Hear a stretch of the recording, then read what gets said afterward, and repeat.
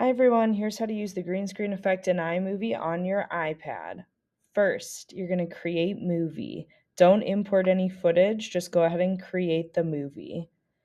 Once you're in, you're going to go to Photos. You're going to grab the image you want for your background, which you should have saved to your camera roll. You can just add it into your movie. Then you're going to go back. You're going to get video. You're going to get your green screen video that you've recorded. Hit the three dots. Click green screen, blue screen. Make sure your playhead's in the right place. And as it comes in, let's try again. As it comes in, it will auto convert the green screen to the background you chose. Ta-da!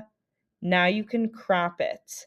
What you'll do is select your green screen video and find that little crop up in the corner. You can drag the corners to get rid of what you don't want shown in the film. So now it looks like I'm at a restaurant.